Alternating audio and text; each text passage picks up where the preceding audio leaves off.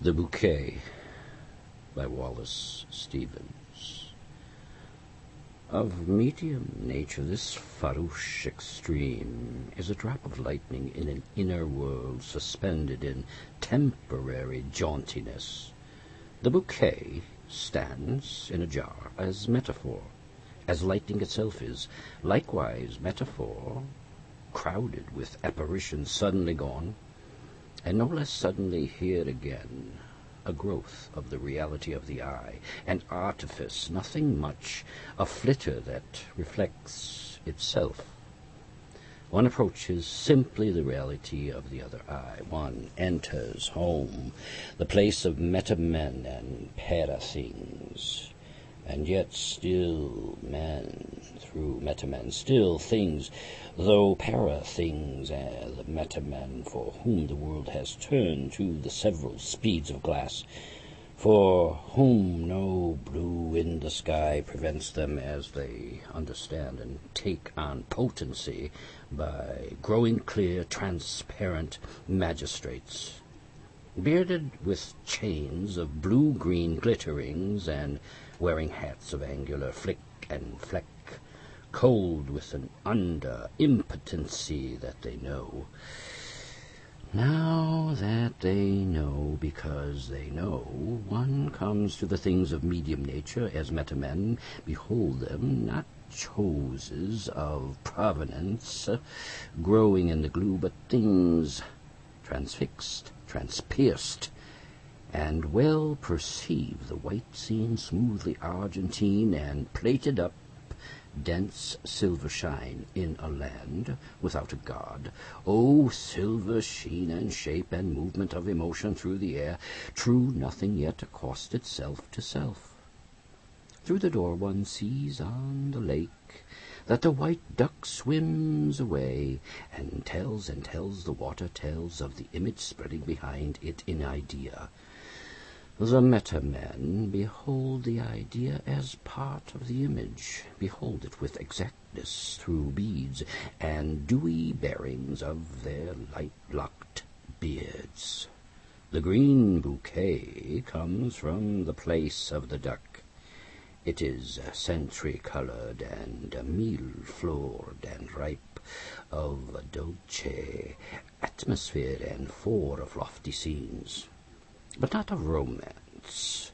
The bitterest vulgar do and die. It stands on a tablet at a window of the land on a checkered cover, red and white. The checkered squares, the skeleton of repose, breathe slightly move or seem to move toward a consciousness of red and white as one, a vibrancy of petals fallen that still cling by trivial filaments to the thing intact, the recognizable medium central whole, so near detachment the covers, cornered squares, and when detached, so unimportantly gone, so severed and so much forlorn debris.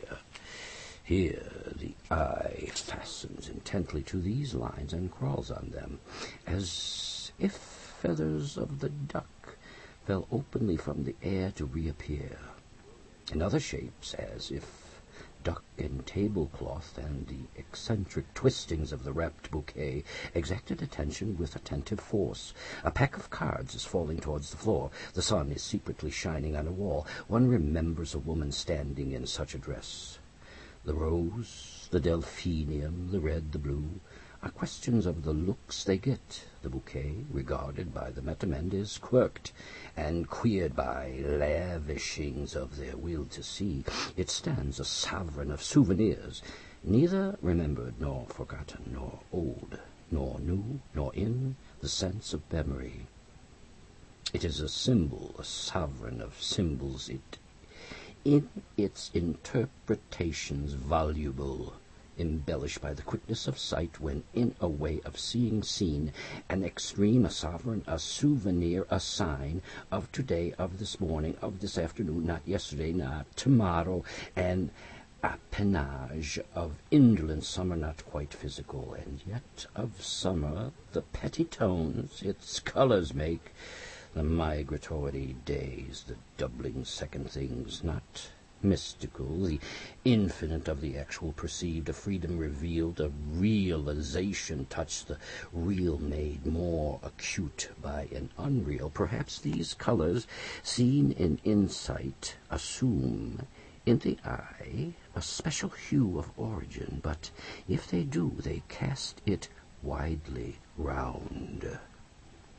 They cast deeply round a crystal white and pallid bits that tend to comply with blue, a red right with its composites glutted full, like a monster that has everything and rests, and yet is there, a presence in the way.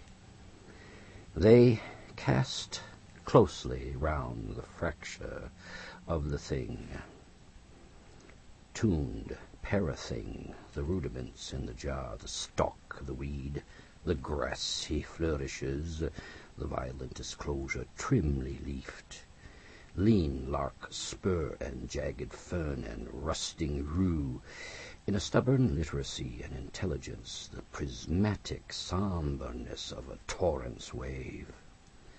The rudiments in the jar, fast, finikin, are flatly there, unversed, except to be, made difficult by salt fragrance intricate.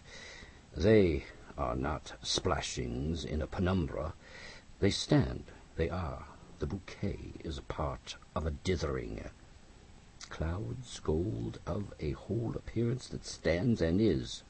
A car drives up. A soldier and an officer steps out. He rings and knocks. The door is not locked. He enters the room and calls. No one is there. He bumps the table. The bouquet falls on its side. He walks through the house, looks round him, and then leaves.